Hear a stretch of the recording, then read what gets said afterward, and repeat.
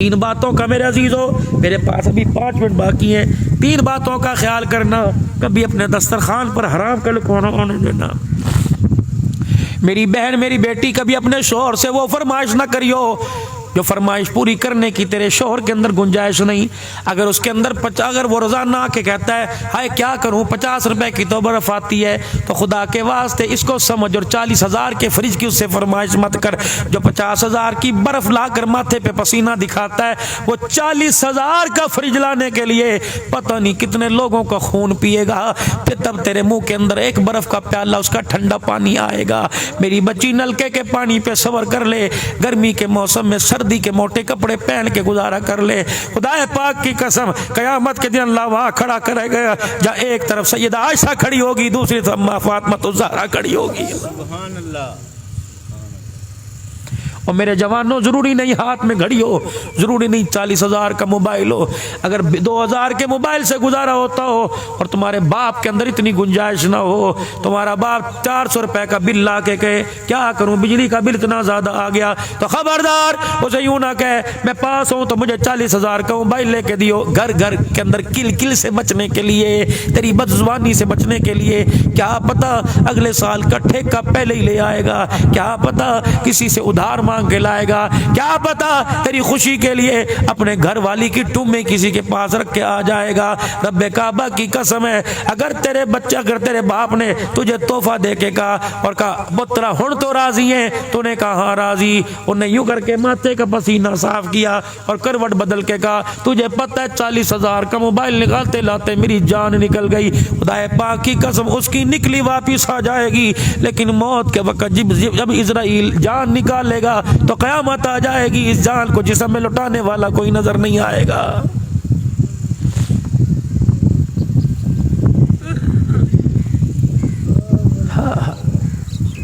ایک نوجوان اپنے مولوی صاحب کے پاس گیا اور جا کے کہنے لگا مولوی صاحب ماپیا دی ہر شے میں پوری کردا ہوں، پھر بھی میرے تو ناراض نے،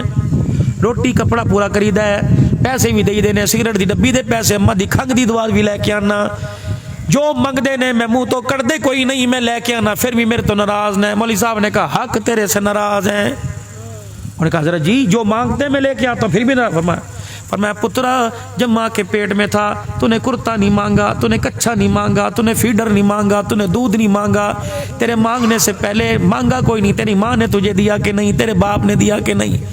بچہ تو رو کے دکھاتا تھا، تیری ماں تجھے سینے سے لگاتی تھی، او بچہ سوتا تھا، تیری ماں فیڈر تیار کر کے پہلے تیرے پاس رکھتی تھی، صبح اٹھتا کوئی نہیں تھا، تیرے بغیر مانگے کپڑے استری کر کے تیرے پاس رکھتی تھی، تجھے پتہ ہی نہیں تھا سکول کیا ہوتا ہے، کتابیں بغیر مانگے لے کے آیا، میرے بچے سکول کا ایڈمیشن تیرے سے بغیر پوچھے کیا، اللہ اکبر، تو گھر کے ویڑے میں کھیلا کرتا تھا، تیرا باپ تیری للچائی ہوئی نظروں کو دیکھ کر تیرے لیے وہی چیز لا کے رکھ دیتا تھا اور کہتا تھا میرا ابو میرے لیے لایا۔ بتا جب سے ماں کی گود میں آیا اس وقت سے لے کر کبھی تو نے اپنے ماں باپ سے مانگا کر نہیں، کہ جب تیرے ماں باپ نے بن مانگے دیا تو راضی ہو گیا، انہیں بھی بن مانگے دیا کر، تیرے ماں باپ تیرے سے راضی ہو جائیں گے۔ فروٹ لا کے رکھ دیا کر، کپڑے پہلے سے لا کے اپنے بعد میں استری کرا، پہلے اپنی اماں ابا کے کرا، کھانا بعد میں پروٹھا کھا، پہلے ماں باپ کے لیے پروٹھا لا کے رکھ۔ ایک بڈھڑی بڈھڑا اپنے گھر کے اندر بیٹھے ہوئے تھے پریشان، جو اب اس طرح بیٹھتے ہیں ابا کیا ہو رہا ہے گھر کے اندر، کہا مجھے کیا پتا، یہ جو کر رہی نہیں پتا ہوگا، مجھے تو سنتا کوئی نہیں، دکھتا کوئی نہیں، مجھے بتاتا کوئی نہیں، یوں ہے کہ نہیں ہے میرے بھائی؟ کہاں کری شادی پوتی کی، کہ مجھے نہیں پتا بھائی، کہیں اپنے ہیں برادری کے، انڈیا میں اکٹھے تھے پر میں نہ جانوں نے۔ ڈاکٹر صاحب یہ ساری بات ہے کہ نہیں؟ یہ میں ٹھیٹھ باتیں کروں، اللہ نے مجھے معاشرت پر بولنے کی صلاحیت، ورنہ مجھے سارے واقعات آتے ہیں۔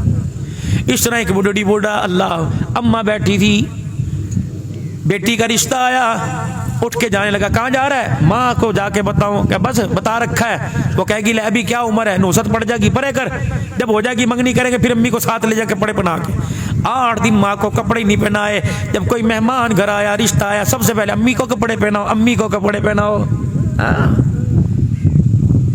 کبھی پورا سال باپ کو ساتھ بیٹھ کے کھانا نہیں کھلایا، محلے والوں کے سامنے، ابو جی روٹی کھانی ہے، ابو جی سالن پا دیا، اوے مردودہ گھر کے اندر کیوں نہیں پوچھتا؟ یہ بڈھڑی بڈھڑا اپنے گھر کے اندر بیٹھے تھے، پردہ ہٹا ہوا تھا، ایک نوجوان گزرا، اس بوڑھی بوڑھا کو بیٹھ کے دیکھ کر اسے رہا نہ گیا، جا کے کہنے لگا خالہ گھر تیرا ہے کرائے کا؟ نہیں کہا میرا ہے۔ ابا جی یہ مال ڈھورتے نے، محلے والوں کے نہیں کہا پھر اتنا بڑا رئیس ہو کے رہو صاحب، رانا صاحب، نمبردار، کمبو صاحب، تغا صاحب ہو کر پھر کیا بات ہے اکیلا اکیلا کیوں بیٹھا ہے؟ بابے نے ماں کی طرف دیکھا، ماں نے بابے کی طرف دیکھا، ماں نہ بول سکی، کہنے لگی چپ کر جا پتر نے، چپ کر جا پتر نے، لیکن باپ سے برداشت نہ ہوا، باپ اللہ اکبر رو کے کہنے لگا پتر لے گئے نواں دھیاں لے گئے ہو، بڈڑی بڈڑا ایویں رہ گئے جیویں بیٹھے چور۔ بس ہر گھر کی اس وقت یہ حالت ہے، ہر گھر کے اندر اس وقت، او خدا کے واسطے